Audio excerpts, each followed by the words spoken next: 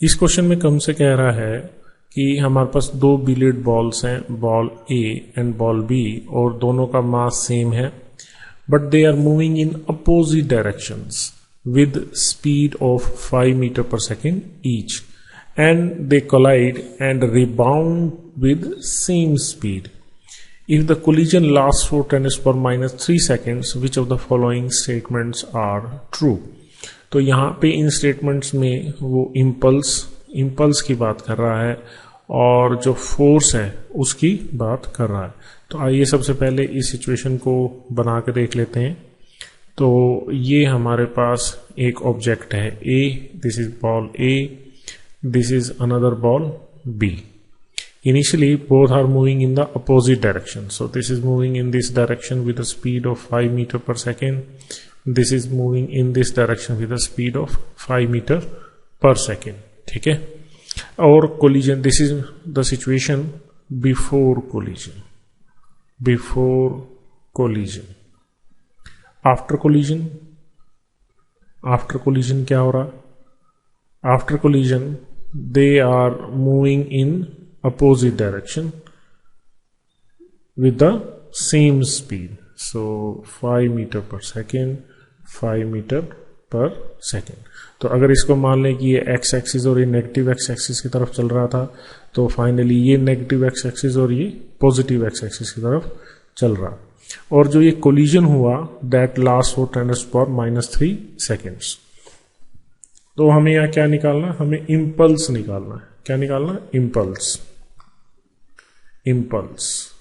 तो इम्पल्स क्या है? Basically impulse is basically change in momentum. Impulse क्या है? Change in momentum. तो अगर मैं यहाँ पे चेंज इन मोमेंटम निकालूं, change in momentum that is final momentum minus initial momentum. ठीक है, तो मैं ए को कंसीडर कर लेता हूं। इसके ए को, A was moving in positive X direction with the speed of 5 metre per second, and it after collision it moves along negative X axis with the speed of 5 metre per second. So final momentum क्या होगा? Mass of the ball and this speed that is minus 5 I cap minus mass of the ball and 5 I cap। तो हमारे पास यहां से क्या आ गया? Minus 10 MI cap। Clear? तो हमारे पास जो चेंज इन मोमेंटम का जो मैग्नीट्यूड आएगा, चेंज इन मोमेंटम का मैग्नीट्यूड दैट इज 10 M। अब M क्या है? M वो कह रहा है कि mass of the each ball is 50 gram, so you will write 50 into 10 to the power minus 3 kilogram। तो यहां से आप देख सकते हैं आपके पास आंसर आएगा 0.5 न्यूटन सेकेंड।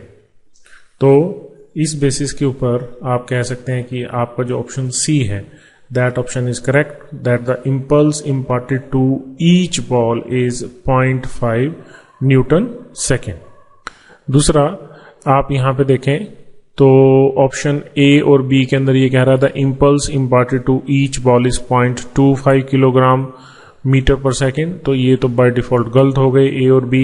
डी ऑप्शन को देखते हैं। डी ऑप्शन में कह रहा है the impulse and the force on each ball are equal in magnitude and opposite in direction. तो ये तो क्लियर है कि ये इसके ऊपर फोर्स इस डायरेक्शन में लगाएगा और ये इसके ऊपर फोर्स इस डायरेक्शन में लगाएगा। ठीक, तो जिस डायरेक्शन में एक दूसरे पे फोर्स लगेगी उसी डायरेक्शन में चेंज इन मोमेंटम होगा, या इम्पल्स की डायरेक्शन भी वही होगी। ठीक, क्योंकि फाइनली ये इधर जा रहे हैं तो यही चेंज इन मोमेंटम या इम्पल्स की डायरेक्शन है। तो वो साफ दिख रहा है कि जो इम्पल्स या फोर्स है उसकी जो डायरेक्शन है वो इक्वल एंड अपोजिट है। ठीक है, और इसी तरह से अगर आप बी के लिए ये सिचुएशन कैलकुलेट करेंगे तो बी के लिए भी चेंज इन मोमेंटम इतना ही आएगा, क्योंकि बी का मास ए के जितना ही है।